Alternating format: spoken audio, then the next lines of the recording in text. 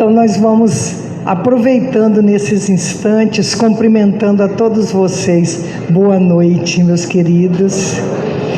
Que alegria renovada também cumprimentar todos aqueles que nos acompanham de seus lares através do Facebook da Casa Fora da Caridade Não Há Salvação. E eu tenho dito, viu, Arthur, que é sempre uma alegria, todas as sexta-feiras, aquela alegria renovada estarmos aqui, e principalmente esse mês, finalizando este mês de março, celebrando 120 anos dessa casa.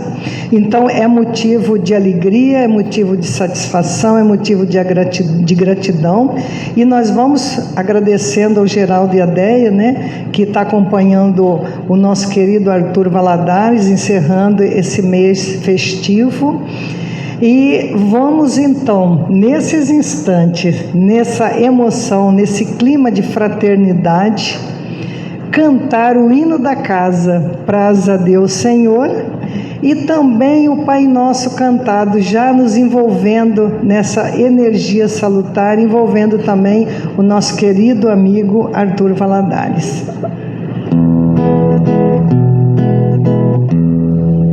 Praz a Deus que essa doutrina que nesta casa se ensina, a alma nos esclareça, a alma nos esclareça, que essa luz tão pequenina cresça por graça divina, até que enfim resplandeça, até que enfim resplandeça. A alma é bom diamante, sendo polido é brilhante. Em bruto não luz não brilha, em bruto não luz não brilha, não se distingue da terra, não descobre a luz que encerra, não mostra de quem és filha, não mostra de quem és filha.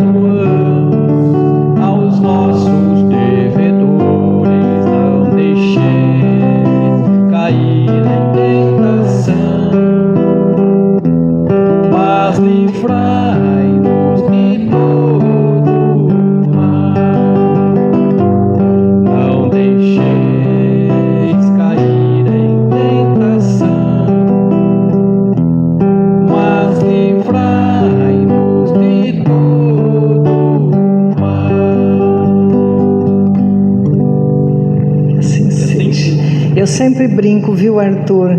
Hoje eu vou cantar e todos se assustam, mas eu não vou cantar, viu? É o Gustavo, tem violeiros aqui, cantadores, Marcos Riso, Rodrigo e Gustavo. E nessa alegria, só em torno do mestre mesmo, né, meu amigo? Para acontecer esse clima fraterno, onde nós estamos recebendo também hoje várias casas amigas aqui, todos nós em torno do mestre, trabalhadores, frequentadores. Então é com essa alegria que nós convidamos o nosso querido Arthur Valadares para a noite de hoje, e o tema de sua palestra é Em Torno do Mestre. Seja bem-vindo, Arthur.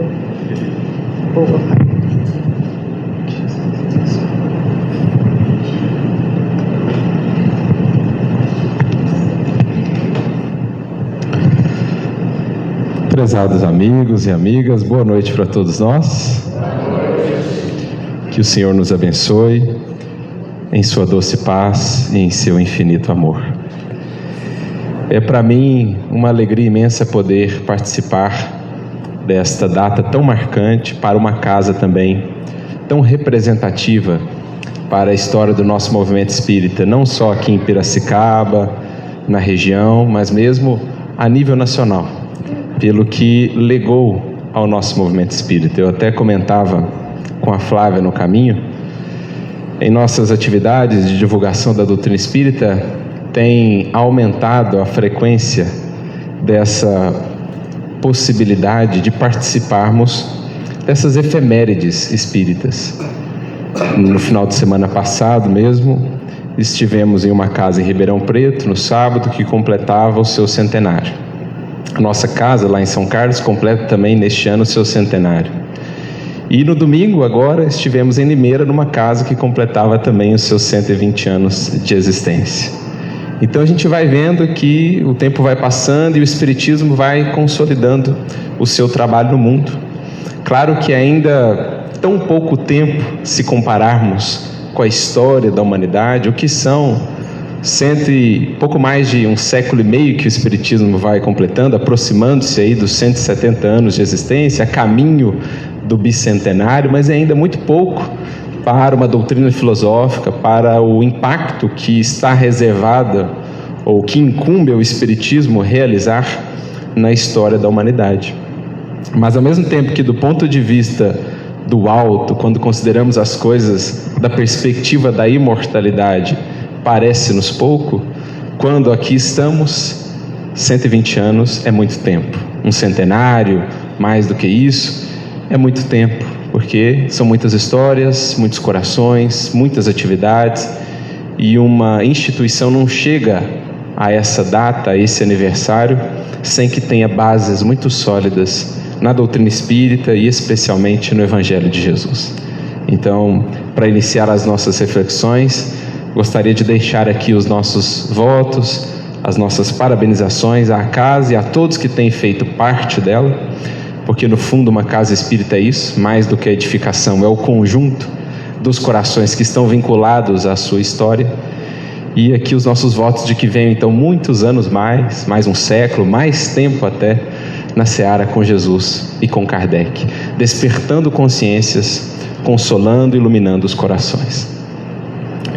E já que fizemos esse introito com uma perspectiva mais histórica, meditando sobre os vínculos dessa casa, não só com a história do movimento espírita aqui na região, mas mesmo a nível nacional, não poderíamos deixar de prestar uma outra homenagem àquele que é um filho dileto desta cidade e também aquele cuja história está profundamente vinculada à história desta casa. Alguém que se projetou a nível nacional como um dos grandes divulgadores de nossa doutrina, que nos deixou um legado tão valioso por meio de suas obras, por meio de suas pregações, de suas palestras. Creio todos já sabemos de quem tratamos, Pedro de Camargo, Vinícius. Ele que tem justamente então uma obra intitulada Em Torno do Mestre. E é por isso que escolhemos como título de nossa reflexão esse título da obra, para que ao mesmo tempo pudéssemos nos conectar ao conteúdo dela, bem como ao legado desse grande trabalhador, porque o nosso intuito é sempre um só: aprendemos mais com Jesus e com aqueles que fielmente o seguiram, para que sejamos cada vez mais melhores instrumentos em suas mãos. No fundo, é disso que o título vai tratar, em torno do Mestre, o que significa também dizer, colocar o Mestre no centro da nossa vida. É sobre essa perspectiva de relação então com Jesus que nós vamos conversar nessa noite, tentando alcançar o espírito da obra de Vinícius, dividida em duas partes, né? Seixos e gravetos, a primeira parte, depois estilhas e limalhas. Ele que recorre, portanto, a elementos da natureza, um seixo, né? Uma pedrinha daquelas que nós vemos nos rios, um graveto que cai de uma árvore, depois elementos ainda menores, uma estilha que é um pedacinho de madeira ali cortada, ou a limalha, um pedaço do ferro que foi cortado, do metal. A partir desses elementos singelos, portanto, que representam as singelas reflexões que ele desejaria compartilhar conosco, ele vai nos conduzindo a esse movimento de centralização do Cristo em nossas vidas. E isso é muito importante, porque foi até e segue sendo um dos grandes objetivos do Espiritismo em vindo ao mundo, como nos definiriam os próprios Espíritos. Kardec chega a indagá-los, aos benfeitores, ali nas questões 625, 26 e 27 do Livro dos Espíritos, quando ele trata do Cristo como modelo para todos nós, ele chega a indagar nessas questões aos Espíritos nos seguintes termos: mas se Jesus já nos ensinou tudo o que há de mais fundamental em relação à lei divina, qual o vosso papel? De vós, os Espíritos. Se o que nós precisamos mesmo de mais central, de mais fundamental, está no Cristo, no seu Evangelho, na sua mensagem, qual o vosso papel? E os Espíritos dirão: Jesus falava de conformidade com os tempos e os lugares, e por isso em sua linguagem a miúde encontraremos símbolos, parábolas. O nosso papel fundamental é agora tornar acessível a todos o entendimento dessas lições, ajudando a todos nós, os que nos propomos a estudar com o Espiritismo, a desentranhar o espírito da letra, para que, uma vez captando o espírito da mensagem do Cristo, ela se conecte de fato com a nossa vida prática, comum do dia a dia.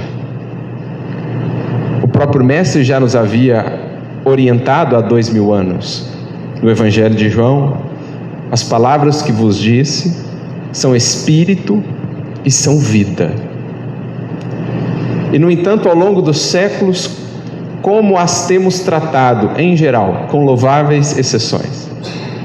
Eram palavras até conhecidas, em muitas ocasiões decoradas, estavam registradas em obras de arte, em nossos livros, bibliotecas, às vezes pintadas em paredes, em vestimentas, em ornamentos de que nos servíamos.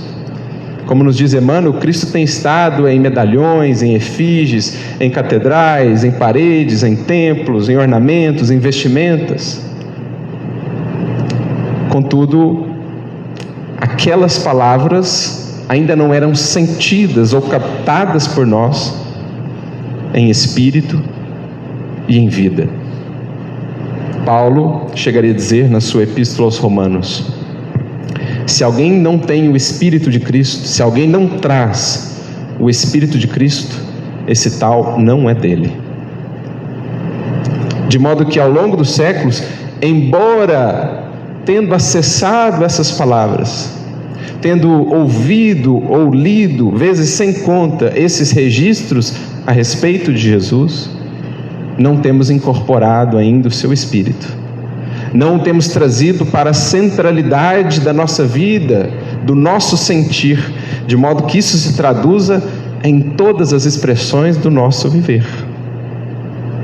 Uma das causas para isso é certamente a ignorância que trazíamos conosco acerca de determinados aspectos da lei divina, das leis naturais, que nos impediam, portanto, de interpretar adequadamente aquelas lições. Mas também, como motivos para isso, encontraremos ali fartamente os interesses, as comodidades, as ilusões que comprávamos e mantínhamos a todo custo.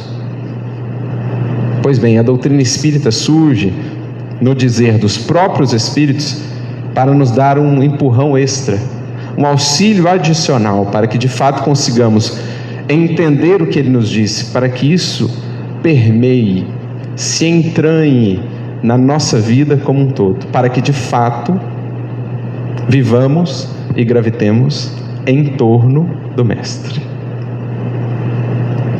Então, é o que os Espíritos diziam a Kardec nas questões citadas.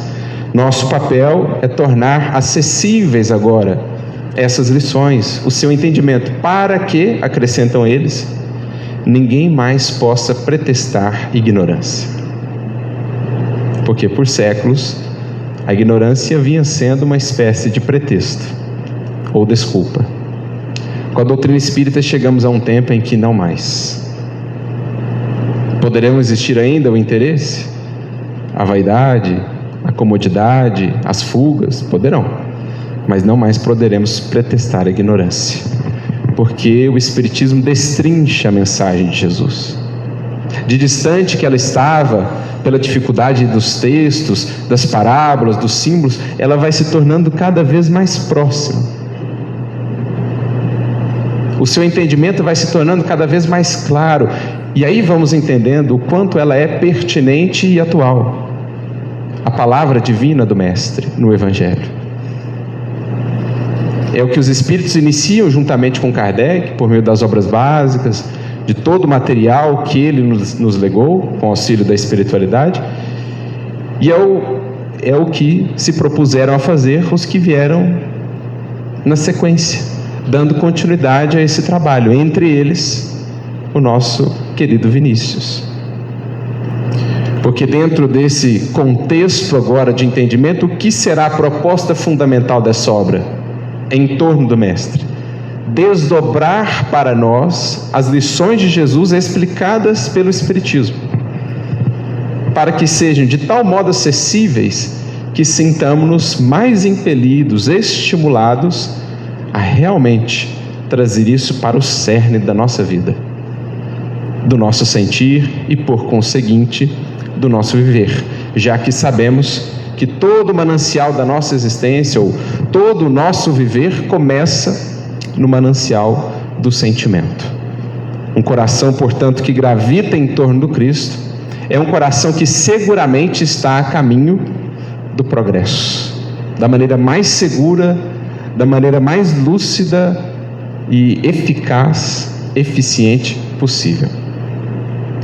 Então esse é o nosso intuito, buscar entender esse redimensionamento que a doutrina espírita vai buscar fazer quanto ao Evangelho na nossa vida, que por muitos séculos tem estado presente, mas não com a devida importância. Um reposicionamento do Cristo em nossa vida, trazendo das posições, digamos, marginais, secundárias, só buscado quando as coisas apertam, só buscado quando temos um interesse mais imediatista, para que ele seja agora o cerne da nossa vida, o próprio manancial de onde tiramos as forças, as inspirações para tudo realizarmos, em todos os âmbitos da nossa existência. Então é de fato um reposicionamento, trazendo para essa centralidade. Porque mais tarde, viria também Emmanuel trazer a sua primorosa contribuição quanto ao estudo do Evangelho à luz do Espiritismo, e na primeira obra que ele se propõe a fazer, esse estudo de aprofundamento da mensagem de Jesus, que é o livro Caminho, Verdade e Vida, comentando especificamente versículos, ele tem ali um dos prefácios, ou um dos textos no prefácio mais importantes que Emmanuel nos legou, que como que definem todo o objetivo da sua obra, que é vasta, são muitos os livros que ele nos legou por meio de Chico Xavier, mas nós encontramos um fio condutor que reúne todas elas. E esse propósito, esse espírito está ali descrito no prefácio do livro Caminho, Verdade e Vida, em que Emmanuel nos dirá: o Cristo não estabelece linhas divisórias entre a oficina e o altar. Toda a terra é ao mesmo tempo o seu altar de adoração e a sua oficina de serviço. Os muros que nós estabelecemos entre essas duas dimensões da vida foram criados por nós próprios. E é para derruir esses muros que surge o Espiritismo, dizendo-nos: o Evangelho não será comentado, não atrairá a nossa atenção somente no âmbito desta casa, do centro que frequentamos, de nossos estudos particulares. Ele deverá estar norteando a nossa ação na rua, no trabalho, no trânsito, seja onde for, porque não existem linhas divisórias. Não consiste o Evangelho, diz lá também Emmanuel, em um breviário para a genuflexão, só buscado nos momentos de oração ou de testemunho mais áspero. Não, é código, é manual para a vida, o Evangelho de Jesus. E, em geral, os maiores apertos que temos passado ao longo da trajetória visam justamente nos recordar isso. De alguma maneira, a proposta central a ser aplicada está relegada a segundo plano. As dores em nossa vida, as desilusões, geralmente têm esse objetivo principal: lembra-te de Jesus, dos teus compromissos para com Ele. Naquela passagem muito interessante e simbólica do Evangelho, os discípulos entram no barco com o Mestre para fazerem a travessia de uma margem à outra. Ora, simbolicamente, o que isso pode representar, senão a nossa própria existência? Adentramos no barco do corpo físico para fazer a travessia de uma margem à outra, retornando depois à vida maior. Ao início, adentramos nesse barco, o barco desta atual existência, compromissados com Jesus. O trazíamos no barco conosco, na forma dos compromissos assumidos no mundo espiritual. Mas o que acontece na passagem? À medida que navegam, em determinado momento Jesus vai para a popa do barco e adormece. Olha o símbolo. Jesus jamais dorme em serviço. Nós é que o deixamos adormecer em nós próprios, quando esquecemos os compromissos assumidos, quando relegamos a segundo plano a aplicação do que temos aprendido com Ele. É o Cristo a dormir em nós, lá na popa do barco, né? No fundo. Não, deixa lá no fundo da existência. Quando apertar eu procuro. Não foi exatamente o que aconteceu? Surgiu a tempestade no horizonte. Qual o primeiro movimento dos discípulos? Corre para acordar Ele. Em geral é assim conosco. A gente entrou no barco da atual existência com Jesus ali bem acordado em nós, mas a gente vai navegando, vai distraindo com as paisagens, né? vai se esquecendo das finalidades maiores, que é uma travessia apenas, que não é uma condição perene a existência física. Vamos nos esquecendo disso, e aí surgem tempestades no horizonte que nos induzem a fazer o movimento. Tragamos Jesus de volta à frente do nosso barco, ao centro da nossa vida. Caso contrário, são grandes as chances de sossobrarmos mais uma vez, de naufragarmos mais uma vez, como muitas vezes tem ocorrido ao longo dos séculos, mesmo o conhecendo, ou tendo Ele no barco, mas adormecido. Então é esse tipo de reposicionamento do Cristo em nossas vidas a que o Espiritismo vai nos conduzir, nos convidar. Porque é fundamental nós refletirmos sobre isso. O que ocupa o centro da nossa vida? Esses dias mesmo nós fazemos um estudo, estamos fazendo um estudo sequencial pelo canal do NEP Paulo de Tarso, do livro Vinha de Luz. E passávamos por um dos capítulos em que Emmanuel comenta a tão conhecida frase de Jesus, que está no Sermão do Monte, capítulo 6 do Evangelho de Mateus: Buscai primeiramente o reino de Deus e a sua justiça, e tudo mais lhe será acrescentado. E aí nós comentávamos a importância dessa fala de Jesus. Buscai primeiramente. Então, prioridade. O reino de Deus e a sua justiça. Como Jesus vive integralmente a justiça divina, as suas leis, e expressa em plenitude esse reino, é o mesmo que dizer: buscai primeiramente o Cristo e as suas lições, e tudo mais lhe será acrescentado. São sinônimos, né? Falar as duas frases é a mesma coisa. E por que isso é tão importante, gente? É que a gente precisa fazer um estudo mais aprofundado, passando por uma daquelas leis morais apresentadas para nós em O Livro dos Espíritos. Eu sempre ficava meditando nisso, né? Na divisão que Kardec propôs, da lei natural à lei divina. Lembrando que é uma divisão didática, ela nada tem de fixa, de rígida, é uma das divisões possíveis. O próprio Kardec conversa sobre os espíritos, ou com os espíritos, sobre isso, ali nas questões 647 e 648 do Livro dos Espíritos. E aí, ele divide então em 10 aspectos a lei divina ou natural, ou em 10 leis morais. E eu sempre ficava pensando não só na divisão, como na ordem.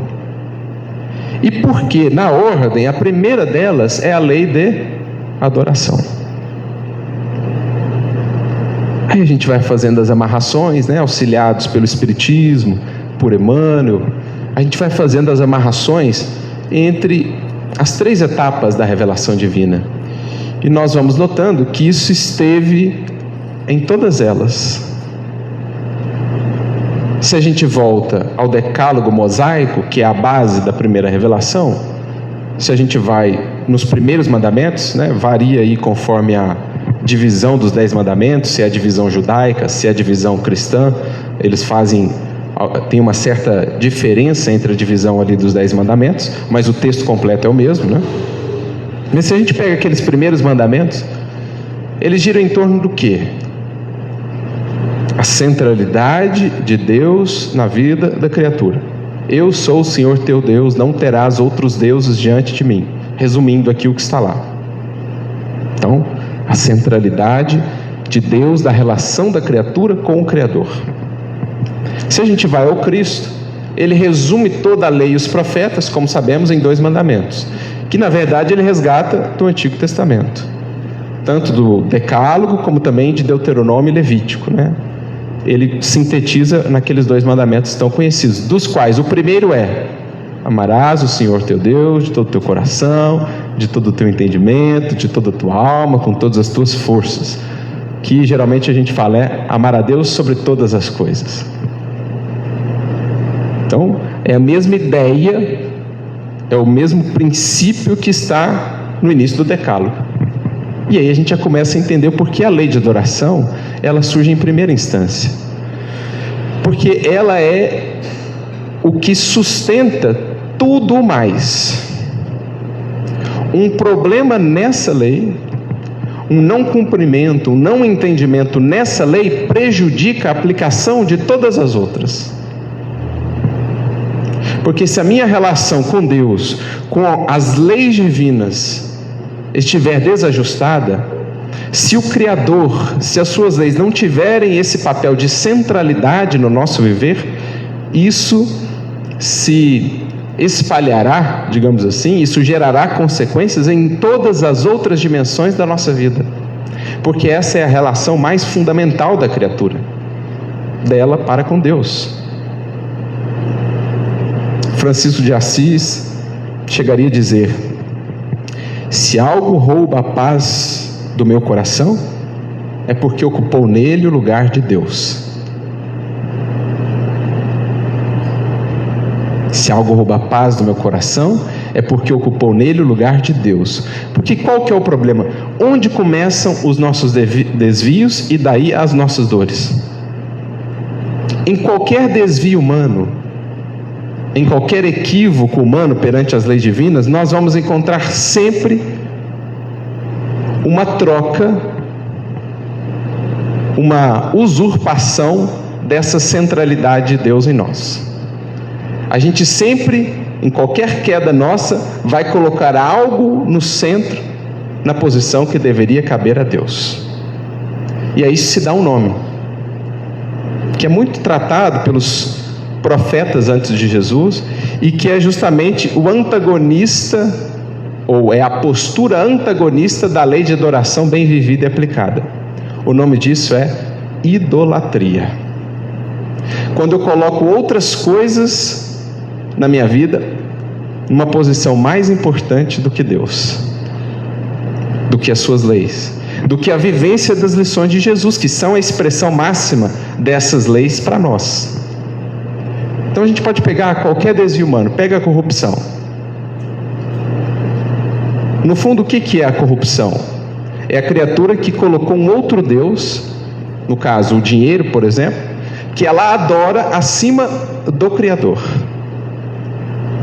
E aí, para conseguir aquilo, ela viola as leis divinas para cultuar aquele Deus o qual ela serve, a quem ela serve.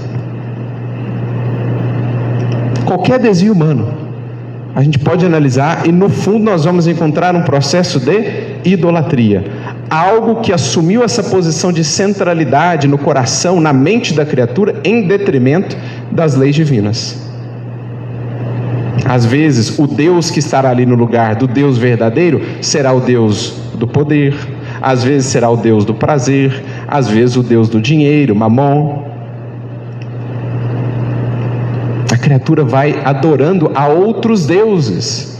Às vezes, esse Deus que está ali no centro é ela própria.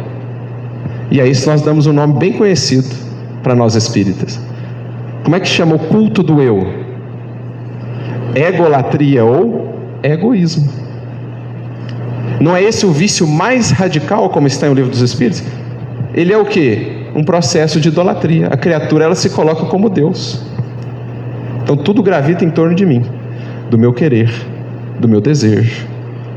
E ela se frustra, se revolta, exige, cobra, reclama, porque ela é o centro do universo. Como diz Paulo em uma de suas epístolas, há alguns para os quais o seu umbigo é o seu Deus.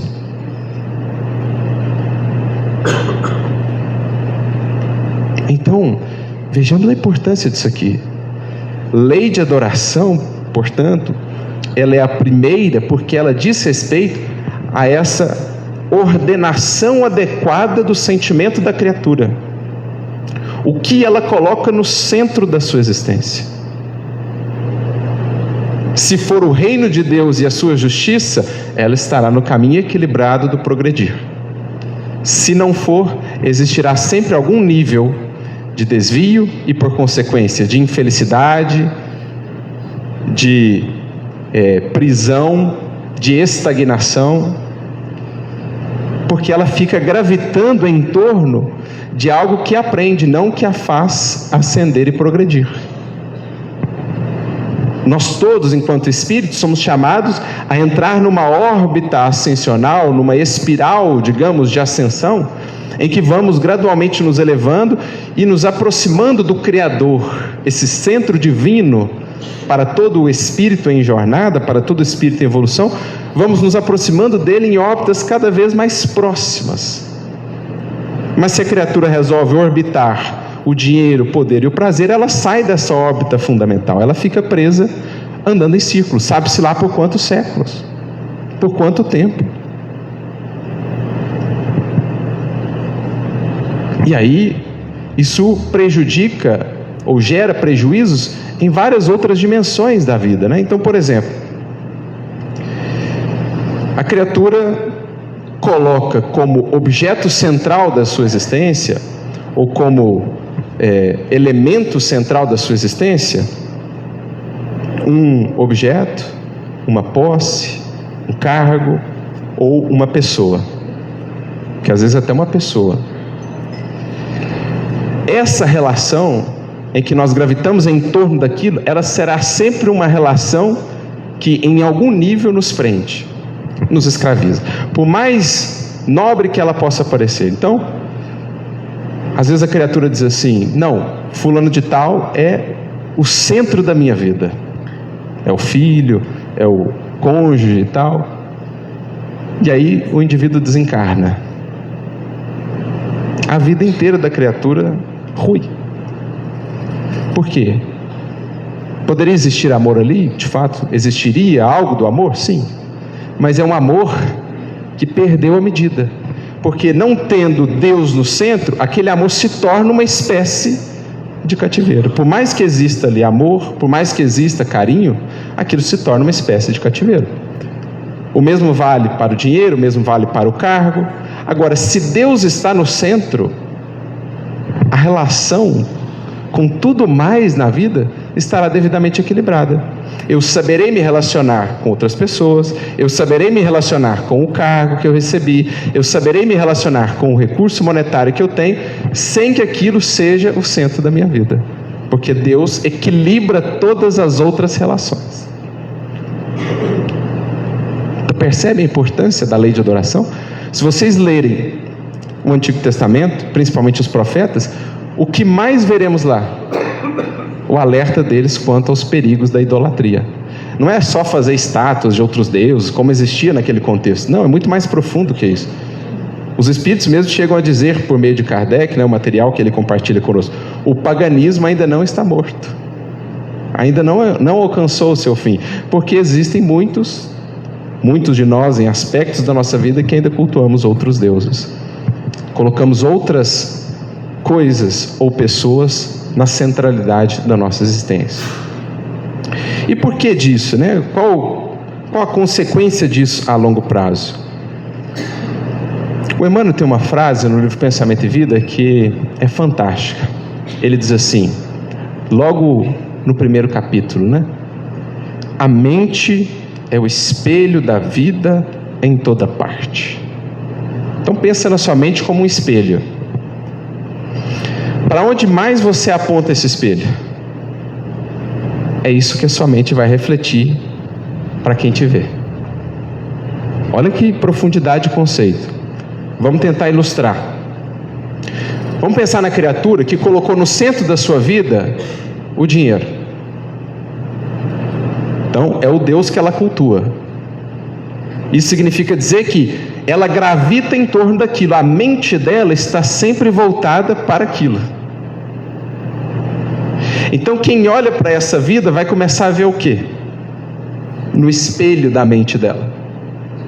Aquilo para o que ela aponta. Então, você vai conversar com a criatura, logo você percebe o que ela cultua.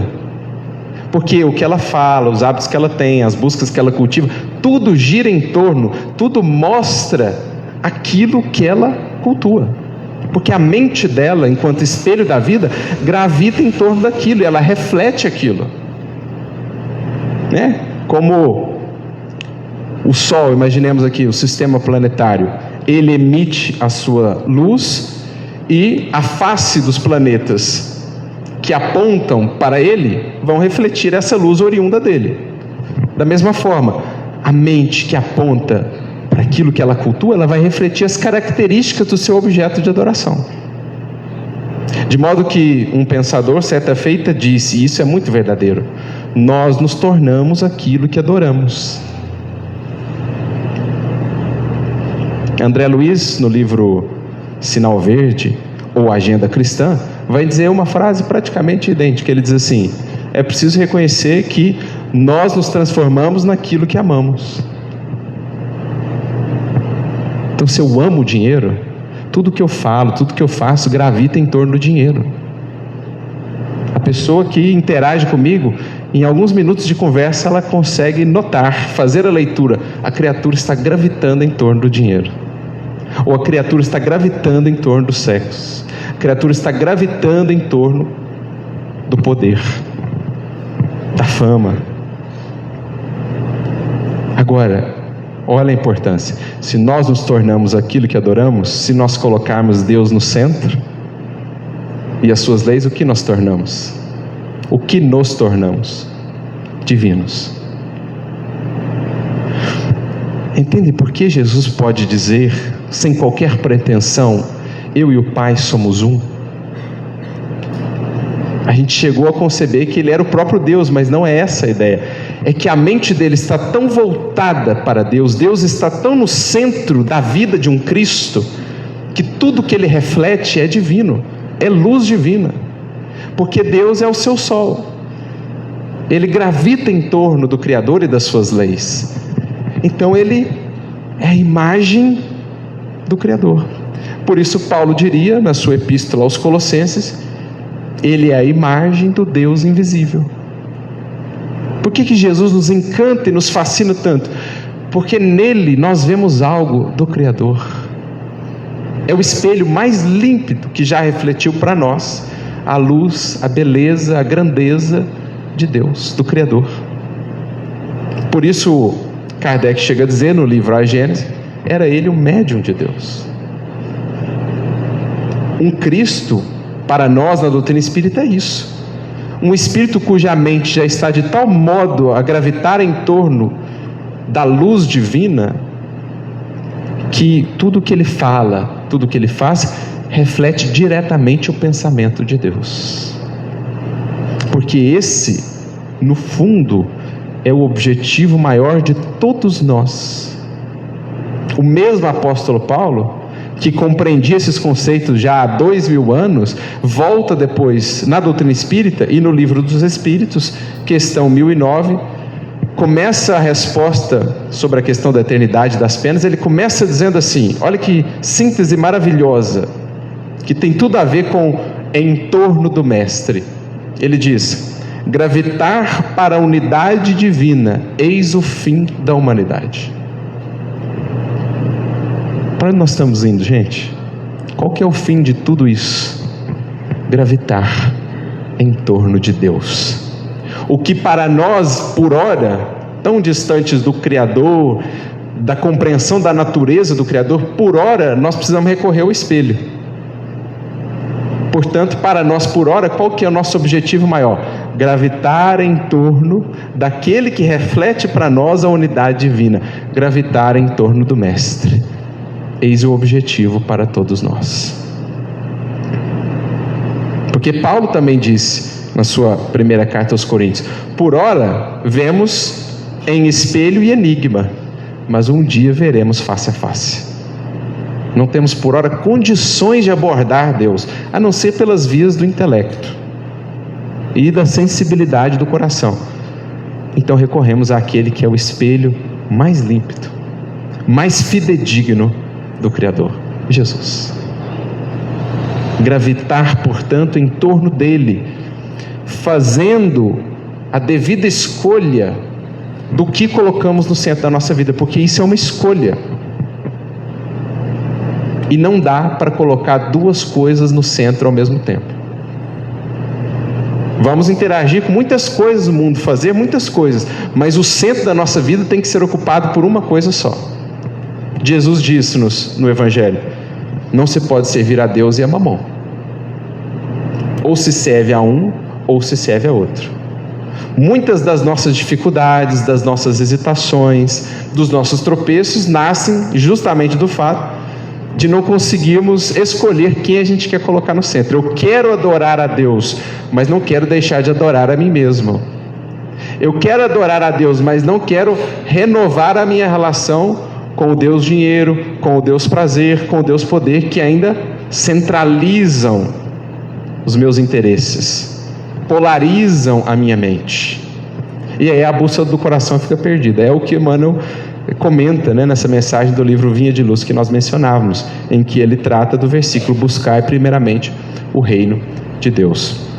Se não me falha a memória, é ali o capítulo 17 ou 18 da obra.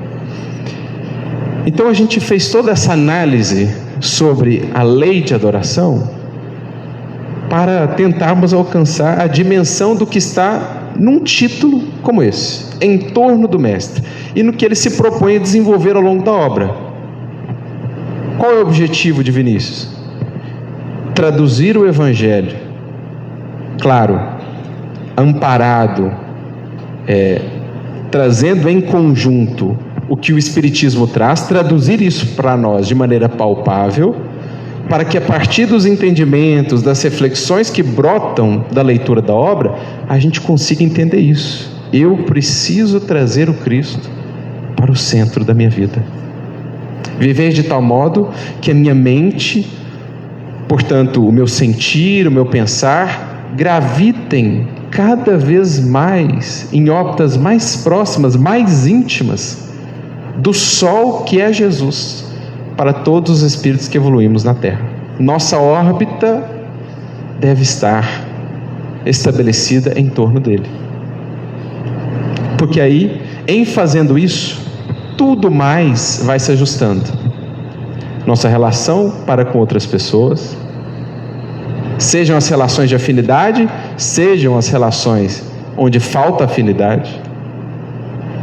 Porque se eu não tenho essa centralidade, se eu não tenho essa relação com Deus, com Cristo bem equilibrada, todas as minhas outras relações sofrerão. O amor poderá se descambar, se desajustar, por exemplo, para a posse, para o ciúme, para o apego excessivo. Como aquelas relações onde falta sintonia poderão raiar para a indiferença, para o desprezo, que são excessos a serem evitados. Mas se a relação com o divino estiver equilibrada, na relação com aqueles que amo, também existirá um equilíbrio. Não posse, não possessividade, mas um amor puro, cada vez mais puro, fraterno, que liberta, que incentiva a melhor parte, que não prende. E em relação àqueles com os quais ainda tenho desafetos, terei um olhar mais compreensivo, um sentimento mais indulgente, tudo amparados por essa relação que vamos estabelecendo com Jesus. Mas para aprofundarmos essa relação, o primeiro passo é entender o que ele nos disse. Como diz a Flavinha mesmo tantas vezes em nossos estudos, nós o categorizamos como mestre, como modelo, mas quantos conhecemos a fundo o que o mestre nos disse? Quais de fato são as suas lições? O Evangelho segundo o Espiritismo é uma obra magnífica naquilo que Kardec nos traz, explicando as lições do mestre com o auxílio dos Espíritos. Mas não estão ali todas as lições de Jesus.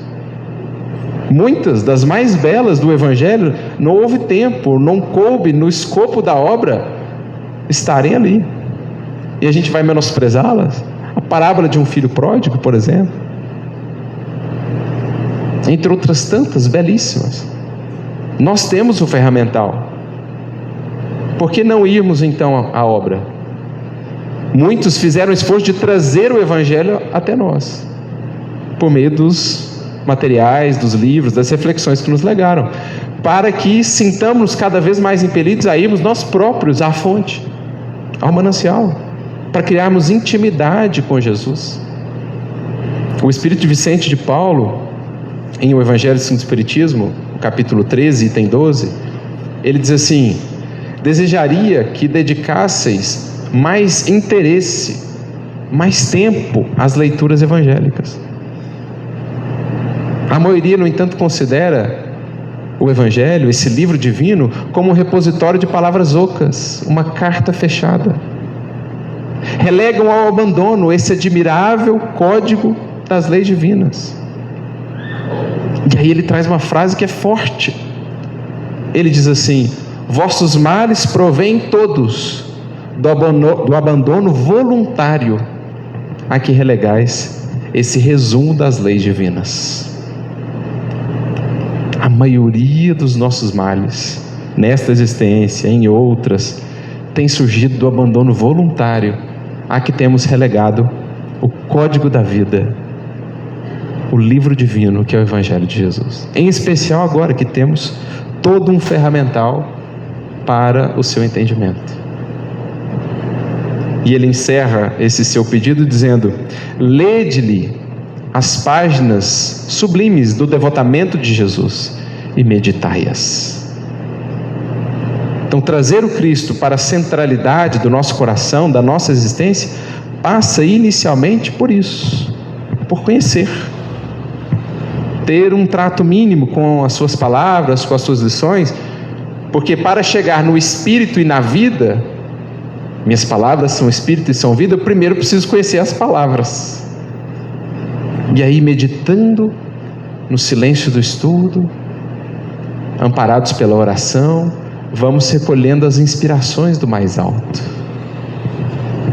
Aquele que se abre para compreender as lições do Divino Mestre, certamente contará com auxílio. Estudo e interpretação do Evangelho, diz-nos Emmanuel, são também trabalho da mais alta envergadura. Felizmente temos corações como Vinícius, que se propuseram a abrir um pouco mais para nós esse caminho, por meio dos seus estudos próprios, pessoais, compartilhando conosco esse tesouro que foram ali angariando, encontrando. Mas isso é um processo a ser cultivado. Experiência de intimidade com Jesus, de convívio profundo com o Mestre, não é algo que se improvisa só no momento da dificuldade. Ney Lúcio, em se referindo ao estudo do Evangelho, o Espírito Ney Lúcio, ele nos diz que estudar o Evangelho meditando em suas palavras e em suas lições é um processo de imantação da nossa mente às esferas superiores. A mente não é o espelho da vida em toda parte? Ela não reflete aquilo para o que a apontamos? Se eu a apontar com mais frequência para as palavras de vida eterna, o que ela há de refletir? Do que ela há de se aproximar? Ela se imantará às faixas superiores da vida.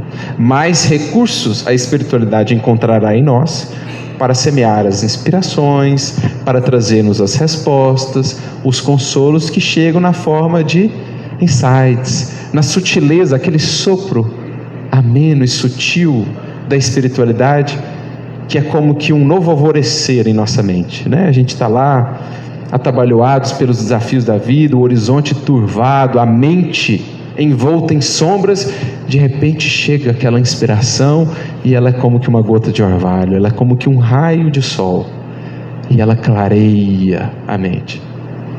A mente que está imantada às esferas superiores muito mais facilmente e frequentemente viverá isso. Agora, aquele que vive enfurnado, de mente voltada só para o que é terreno, material, só os problemas e atrações do mundo, como essa mente vai se abrir?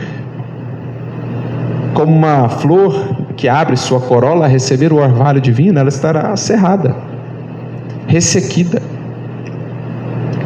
Então, trazê-lo para esse centro da nossa existência, começando pelo estudo, por criar mais intimidade com as suas palavras de vida eterna, meditando sobre elas, porque isso gradualmente vai alcançando-nos o coração, renovando-nos o sentimento, também no esforço de aplicação. E isso, uma vez chegado ao sentimento, o Evangelho transforma a vida, porque esse é o círculo, o circuito do Evangelho na vida de cada um de nós. Nas palavras de Alcione, no livro Renúncia, a mensagem do Cristo, a mensagem do Evangelho precisa ser conhecida, meditada, sentida e vivida. 4 verbos. Talvez por séculos tenhamos chegado ao primeiro, ao conhecer, não tanto ao segundo, ao meditar, que dirá ao terceiro, sentir, para chegarmos enfim àquilo que nos cabe, aquilo que é a nossa destinação, vida transformada com Jesus. Esse é o intuito. E Vinícius, num dos capítulos que separamos aqui, ele traduz então de maneira muito bela esse potencial da palavra de Jesus, né?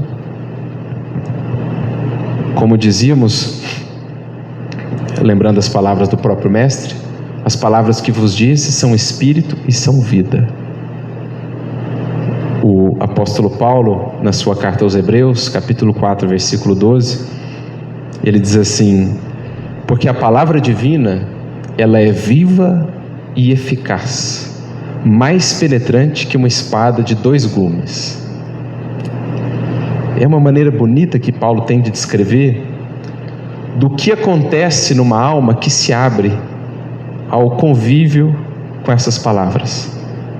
Porque Jesus, dentro dessa imagem que aqui construímos, ele é o que em nossa vida? Ele é um sol. E desse sol irradiam e seguem irradiando raios incontáveis. Cada uma de suas frases, de suas palavras, são como que um raio desse sol que nos alcança ainda hoje, esperando uma alma aberta, as janelas da alma abertas, para que esse raio de sol, a palavra divina do Mestre, penetre-nos a vida interior, ali fazendo luz. Por isso Paulo diz, ela é penetrante, como uma espada de 2 gumes, ela vai no âmago do ser, e ela é viva, ela é eficaz. A alma que se abre ao trabalho da palavra de Jesus dentro dela, das lições de Jesus dentro dela, ela se surpreenderá dia após dia com o poder transformador que essas palavras possuem, que é o mesmo que sentimos depois de uma manhã bem escura e fria. Ao abrirmos a janela, sentimos o primeiro raio de sol, tépido, acolhedor, clareia o ambiente e traz aquela sensação de vida nova, de esperança, de acolhimento. Assim a alma que se abre ao Cristo, o sol da vida moral neste mundo. Estar em torno do Mestre é, portanto, gravitarmos em torno desse sol, convivendo dia a dia com os raios que chegam dele até nós, suas palavras, suas inspirações, suas lições. E aqui, nesse capítulo que abre a segunda parte da obra, intitulado A Palavra de Jesus, Vinícius então nos dirá: como é bela, Jesus, a tua palavra. Como é encantadora e persuasiva, deliciosa e convincente. Felizes as almas que elegem o Cristo como centro de suas vidas, que já o encontraram como o sol de seus caminhos, como Saulo fez às portas de Damasco. Do mundo escuro, cinzento em que ele vivia, eis que nova luz se fez, a esperança voltou a habitar em seu coração, com ela a paz, a serenidade, os estímulos, os horizontes que se abrem quando o sol brilha em nossos caminhos. Assim é uma vida que se aproxima de Jesus, que passa a gravitar em torno dele. Tua palavra, Senhor, prossegue Vinícius, consolida a razão e sensibiliza o coração, fala à mente e fala ao sentimento. Especialmente para nós no Espiritismo, que nos traz uma proposta de fé raciocinada, portanto, que recorre também à razão, que quer as respostas, que quer entender, mais do que crer compreender, diria Kardec. Isso o Espiritismo nos ajuda, nos traz, mas ele não abandona o aspecto da fé que diz respeito ao sentimento. Não podemos jamais resumir a fé a mero raciocínio. Fé, acima de tudo, é também sentimento, mas que anda de mãos dadas com a razão. Muito se fala em nosso movimento, diz-nos Emmanuel, de uma fé raciocinada, mas às vezes nos esquecemos de falar de uma razão iluminada. O Evangelho responde a ambos. Houve um tempo em que, pela ausência de compreensão de determinados fatores, aspectos da lei divina, o Evangelho se nos parecia assim impenetrável, até contraditório. A interpretação era difícil, algumas palavras de Jesus pareciam não fazer sentido. Então, o coração era consolado, mas a razão ficava ainda em dúvida. Mas por que Jesus falou isso? Não parece fazer sentido, não parece que é assim. Veio o Espiritismo complementar o que faltava, como era a promessa a respeito do Consolador, para que agora sim, ao lermos o Evangelho, não só o sintamos no âmbito da consolação, da esperança que ele nos traz, mas para que o entendamos e vejamos como é sábia e justa, perfeita a lei divina. Ela diz tudo, né? A palavra do Mestre, tudo esclarece. Não há mistério que não revele, nem problema que não solucione. Então, há muitas coisas em nós que são para nós mesmos um mistério. O que o Evangelho vai fazer? Ele vai acender uma luz dentro de nós, haver uma série que nos permitirá ver uma série de questões íntimas que ignorávamos e que nos infelicitavam. O que eu quero dizer com isso? O Evangelho vai arrumar para nós um monte de problema. Ele vai revelar um monte de problema ignorado dentro de você e que te infelicitavam, que eram causa de infelicidade, de angústia. Mas aquilo era um mistério para você. Por que eu sofro tanto? Por que isso? O Evangelho vai acender uma luz. Está vendo isso aqui? Está vendo essa postura aqui? Está vendo isso aqui que você está carregando aí dentro? Mas da mesma forma que ele revela os problemas, ele ajuda a solucioná-los.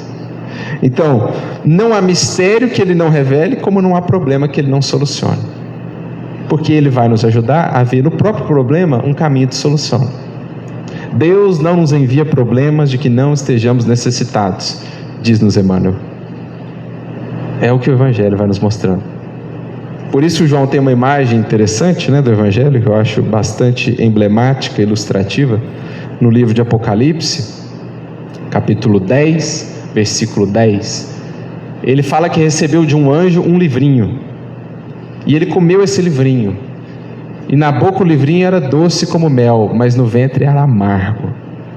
Eis o Evangelho. Doce como mel, mas à medida que você vai digerindo, é amargo também. Mas o bom amargo, curativo, o remédio.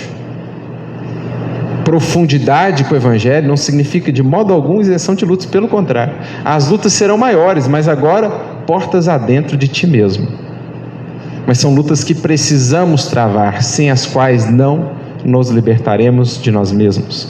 Não seremos livres sem vencermos a luta contra as nossas paixões, contra as nossas acomodações, contra os nossos vícios. Não há refolhos, nem escaninhos ocultos nos meandros da alma que ela não penetra. Lembra o que Paulo falou? A espada da palavra divina, mais penetrante que uma espada de 2 gumes. O Evangelho vai fundo, onde você não queria que ele chegasse, ele vai. Como Jesus disse a Pedro: eu te levarei aonde não queiras ir. Aquela questãozinha lá que você faz um esforço danado por esconder dentro de você, eu vou lá com você. Eu vou te levar até lá.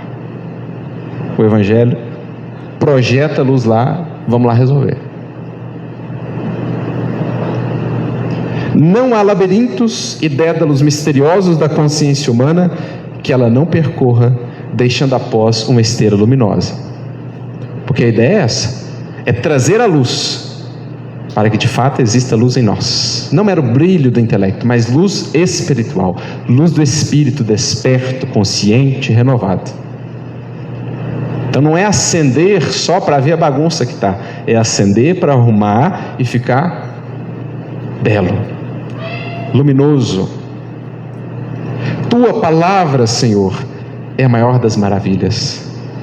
Tem encantos e magia que se não descreve na linguagem dos homens. É bálsamo que mitiga as dores, é luz que aclara o entendimento, é força que reanima, é vida que rejuvenesce, é também poesia que encanta, música que arrebata, verdade que empolga, fé que redime. Tudo isso nas palavras de Jesus.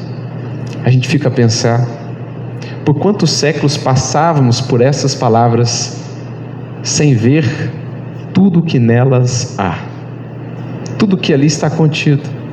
Como ainda hoje, tantos e tantos que estudam uma existência inteira essas palavras, só para se deterem na forma, nas aparentes contradições, nos possíveis erros históricos, etc. Como alguém que fosse garimpar um regato, passando ali sua peneira, e ao passar a peneira, retesse apenas o cascalho, lançando fora todos os diamantes, todo o ouro ali encontrado. Quantas criaturas não se aproximam do Evangelho assim, não vendo nada demais nessas palavras, porque a sua sensibilidade ainda não despertou para tanto. Mas os felizes, aqueles que já conseguem ver nessas palavras aquilo que Pedro um dia descreveu tão bem: depois de um discurso duro de Jesus, está registrado no Evangelho de João, capítulo 6, diz o texto que alguns dos circunstantes foram embora, desistiram, falaram: não, isso aqui não vai dar não, difícil demais. Jesus volta-se para os discípulos e fala assim: vocês também não querem ir?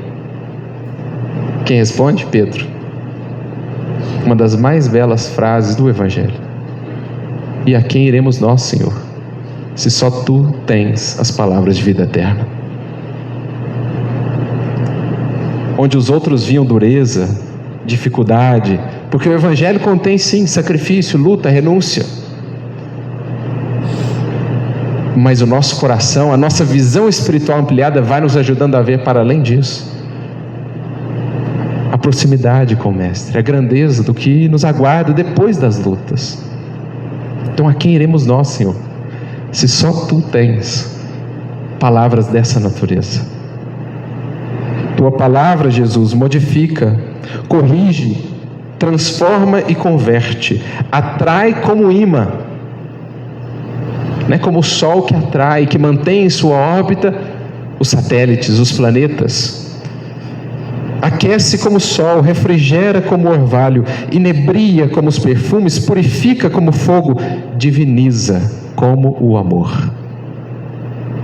Se forem essas palavras e o que delas extrairmos o centro da nossa vida, como nos tornamos aquilo que adoramos, aquilo que tomamos como centro da nossa existência, essas palavras hão de nos divinizar ao longo dos séculos, como já o vemos em Jesus, o resultado do que é o Evangelho aplicado.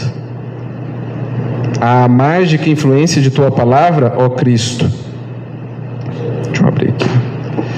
A mágica influência de Tua palavra, ó Cristo, converte-se a fraqueza de Simão na coragem heróica de Pedro, a sordidez do publicano na generosidade de Zaqueu, a volúpia de Madalena no sublime e incomparável idealismo da arrependida, o fanatismo feroz de Saulo no liberalismo e abnegação de Paulo. Que poder há então nessas palavras para transformar de tal modo essas vidas? Pedro, tão intransigente, tão duro, tão hesitante, na fortaleza de apoio e de amparo em que ele se tornou. Paulo, fanatizado em suas buscas, até mesmo cruel, orgulhoso, ufanista, a se tornar o mais universalista de todos os discípulos de Jesus, universalizando a mensagem para além daquele contexto em que ela nascera. E assim outras tantas vidas e exemplos que poderíamos extrair. Ao encantamento da Tua palavra, Jesus, serenam-se as tempestades, os coxos e os paralíticos se locomovem, os cegos veem, os surdos ouvem, os leprosos ficam limpos, os mortos ressuscitam e aos pobres se faz justiça. E como não ser assim, Senhor, uma vez que a Tua palavra é o mesmo verbo de Deus que se faz ouvir neste mundo. Eis então a proposta do Espiritismo que aqui Vinícius resgata para nós.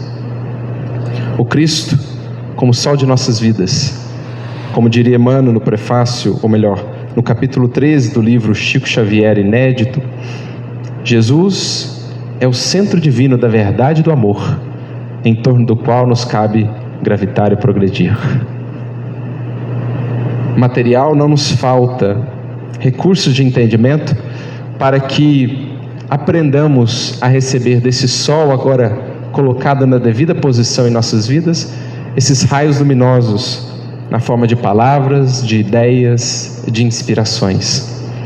Feliz a alma que abrir as portas, as janelas do seu mundo interior a essa luminosidade.